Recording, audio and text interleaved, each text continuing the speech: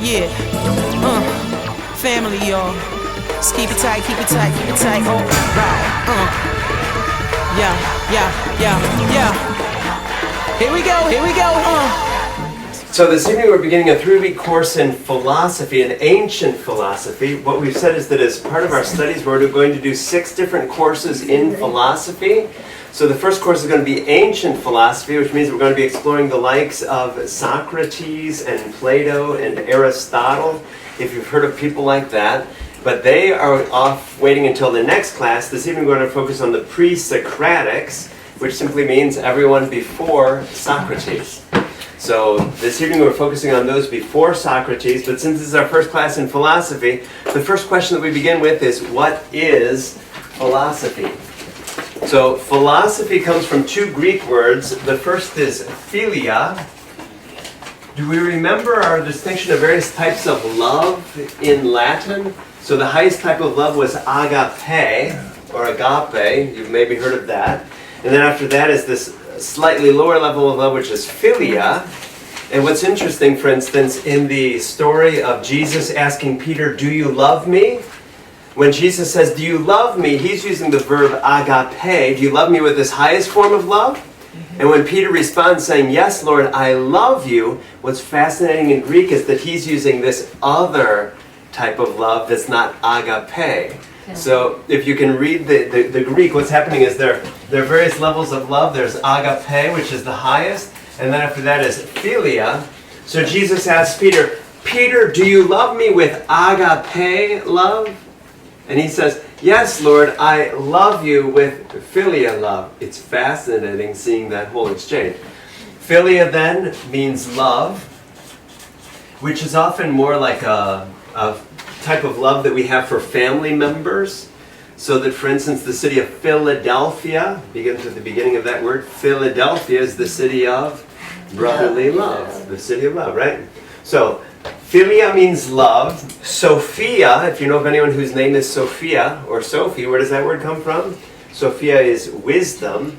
So philosophy then is the love of wisdom. Whoa, so all you lovers of wisdom here, that's what philosophy is all about. It's about us growing in wisdom. It's one thing to have a lot of knowledge. It's another thing to have wisdom, right? So this outline then says that philosophy is a search for knowledge. How can we know things and how can we know that we know certain things? It's a critical examination of our beliefs. It's one thing to believe something, but it's another thing to be able to say, why do you believe that? Right? It's our using human reason and logic and evidence to arrive at answers about the fundamental nature of human existence and knowledge. So it's not just I believe these things, but we're going to think through certain things during these evenings together. It attempts to answer such questions as, what is the human person? What is it that makes human beings different from all other creation? Why are human beings different from cats? What is it that makes human beings different? Say from monkeys. We have a lot in common with monkeys. What is it that human beings can do that monkeys can't do? Right? So that'll be one of the questions that philosophy asks. Where did we come from? Think about that for a moment. Our faith gives us different stories that help us to make sense. You know, stories of how God created the universe. So our faith gives us various faith stories to make faith sense of it. But if we didn't have those stories, what conclusions would we come to about where we come from? So different philosophers are going to give us different ideas of where we come from. What's right and what's wrong? Okay, how do we decide that something is right or wrong? When you say that something is right or something is wrong, for instance, you say that lying is wrong. Is anyone going to disagree? Lying is wrong, right? Lying is wrong. But if someone comes to the door with a gun and says, "Is Sandra here? Because if she's here, I'm going to kill her." And Father Jamie says, "No, she's not here." Is that wrong? I just lied. Yes. You follow? Did I just sin? Did I lie? Was that wrong? No. Protection. So all of those questions are answered by philosophy, because it seems that if we're to say that lying is wrong, because if you teach your kids that lying is wrong, my mother taught me that lying is wrong, which means that when the person with the gun opens the door and says, "Is Sandra here?" that I should be saying, "Yeah, she's right here." Right? Go for it. Because I'm not going to lie. Lying is wrong. Right? Who or what is God? Various questions of God are raised in philosophy too. And also, how do we know what we know? You claim to know certain things. How do you know that you know those things? For instance, this evening we're going to talk about people who run fast and people who run not so fast, right? Specifically, Achilles and the tortoise. Achilles was a fast runner. The tortoise was a slow turtle. And yet, how do you know the things that you know? You're going to tell me that Achilles, a fast runner, can outrun the turtle, correct?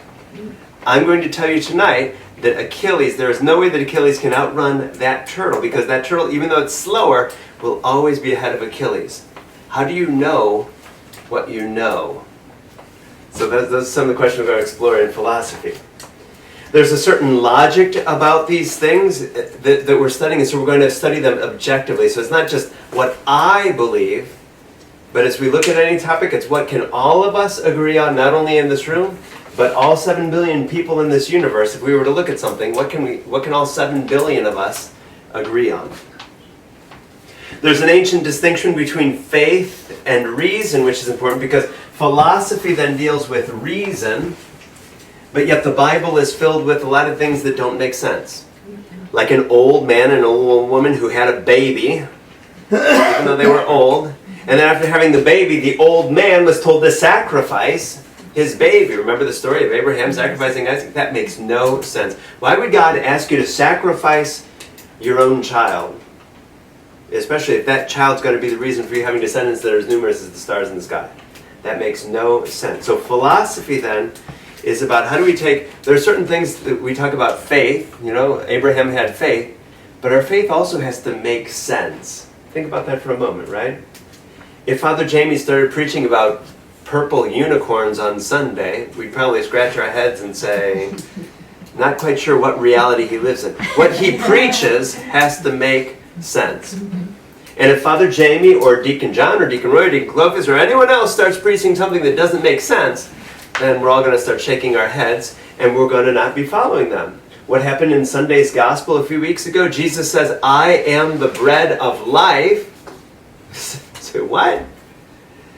And so as a result of that conversation, various people turned away from Jesus because they could no longer accept that this guy was telling me, I'm the bread of life. You who eat my flesh will live forever. What? Is this some sort of cannibalistic group or something? Right? People stopped following him because what he was saying did make sense. It did not make sense.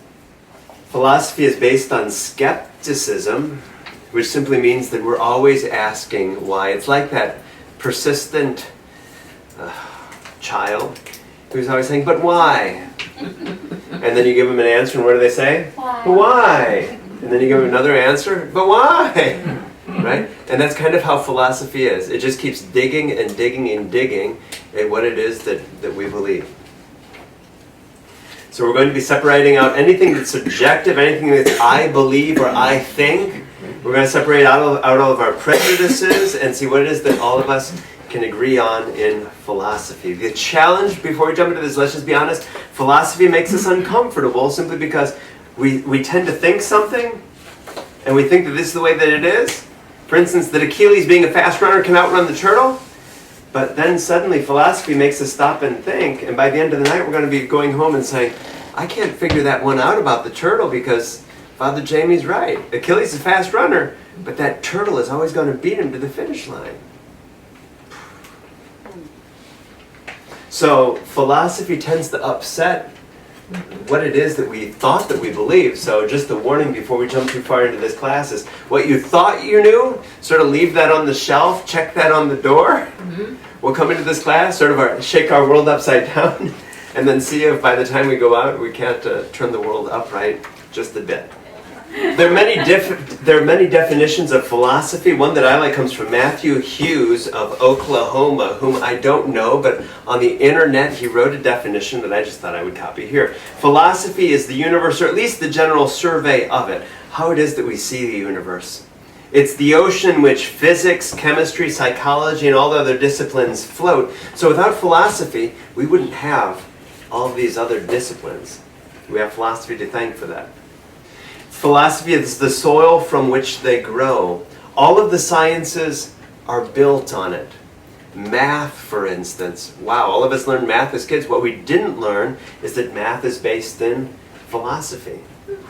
Science, we all learned science. What we didn't learn was that science is rooted in philosophy. Grammar or rhetoric, so many other disciplines, they're all rooted in philosophy.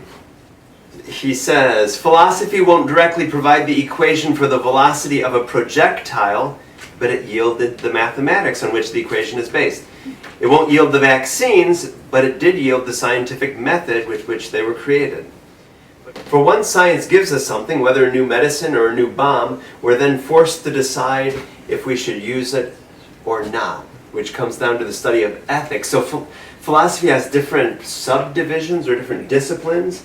For instance, one of them is ethics. Ethics is what is right and what is wrong. When the man comes to the door with a gun, what do I say? Do I tell the truth or do I lie? That's the study of ethics.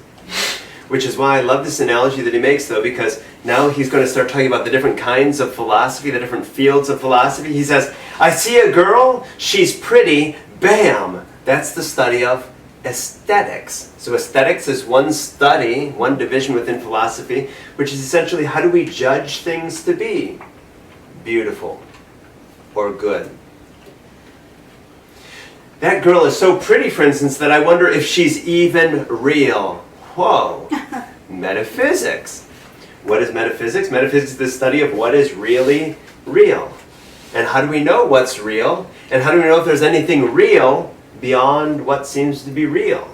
For instance, Christians, Catholics tend to talk about things like heaven and hell and God, things that we can't see. How do we know that those things which are beyond the physical, that are metaphysical, how do we know that they're real? So far so good? Mm-hmm. Her boyfriend is standing next to her, so I think about killing him. How? Ethics, wow. Right? Ethics is the study of what's right and wrong and why, right? Is it right or wrong to kill that guy to get his girlfriend? That would be under part of the study of ethics. But come to think of it, he says, I'm not quite sure that they're dating. Bam, wham, pow, that's epistemology. When we're not sure, when we're not sure that we know or don't know something, all that falls under epistemology, which is the study of how we know what we know. So we could do an entire course if we wanted to, simply on epistemology. How do you know what you know? I conclude that she's attractive and might be free, that she might be free. I should at least try to ask her out. And that's the study of logic, which is simply, in the study of philosophy, everything is based on logic. It has to be logical. And what's the logic here, for instance? We can use one of two things. Part of logic is deduction, which means that we take two arguments, we take one phrase and a second phrase, and out of that we conclude the third phrase. So for instance, the example that I wrote out here. Number one, I want to know if she's free. Number two, I won't know if she's free unless I ask her. Okay, so if I tell you those two, then what are you going to conclude? Well, you need to ask her. Right? I want to know if she's free. That's number one. Number two, I won't know if she's free unless I ask her. Therefore, hello, logic says, ask her. Right? So that's deduction, when we take two things and then conclude another thing out of that.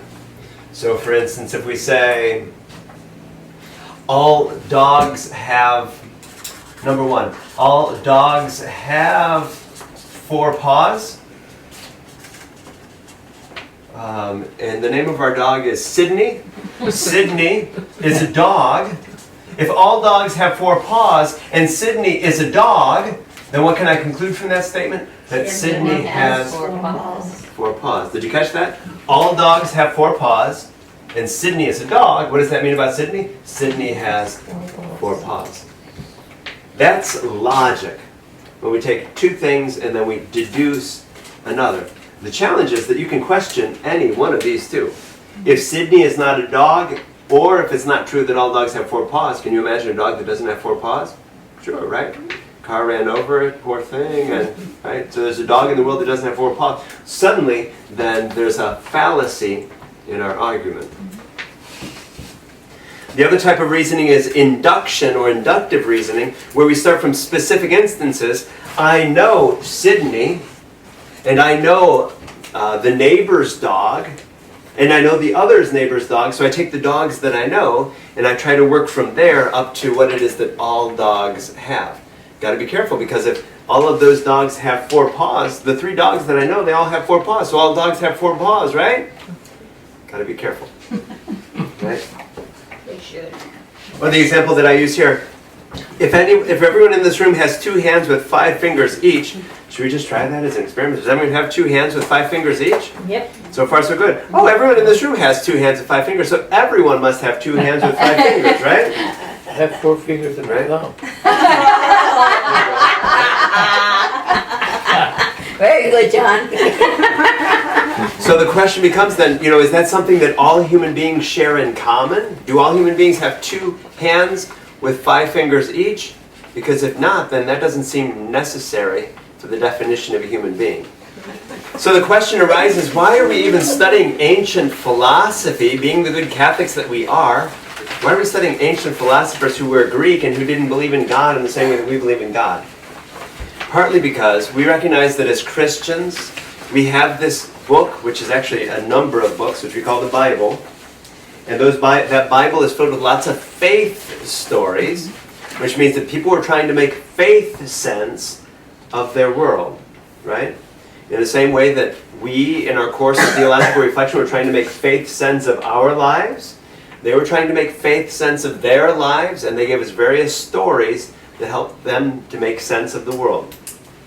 Okay, that was nice, but now once they got out of their world and they started sharing their stories with other people started laughing at them and reacting in different ways. Like Jesus, when Jesus started telling people, if you don't eat my flesh, you will not live forever. If you eat my flesh, you'll live forever. When he started saying these things, people started laughing, and lots of people turned away from him.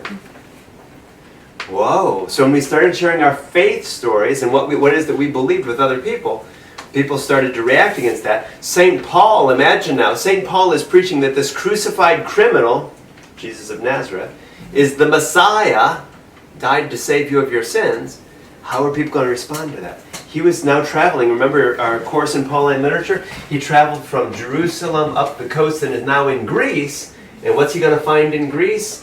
Philosophy and philosophers and people who are influenced by this, who, unless what he was saying made sense, they were going to laugh him out of town. Right?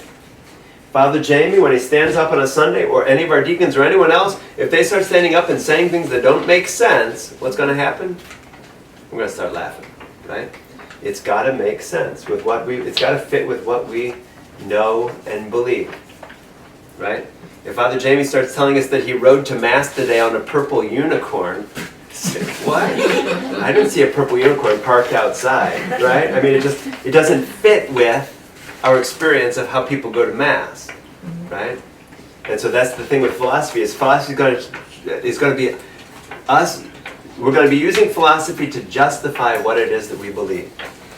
What are some examples of this in time? So that, for instance, Christians started turning to philosophical beliefs to justify how it is that they believe certain things. Like, remember the very last class, last week we were talking about transubstantiation. What is transubstantiation? That Jesus is in the bread. Say, what? That the bread is Jesus. How can that bread be Jesus? We started using philosophy. It was Aristotle who gave us the words to be able to talk about how the substance changes, but the appearance, the accidents, don't. That all came to us from philosophy. So we're going to start using philosophy to justify what it is that we believe.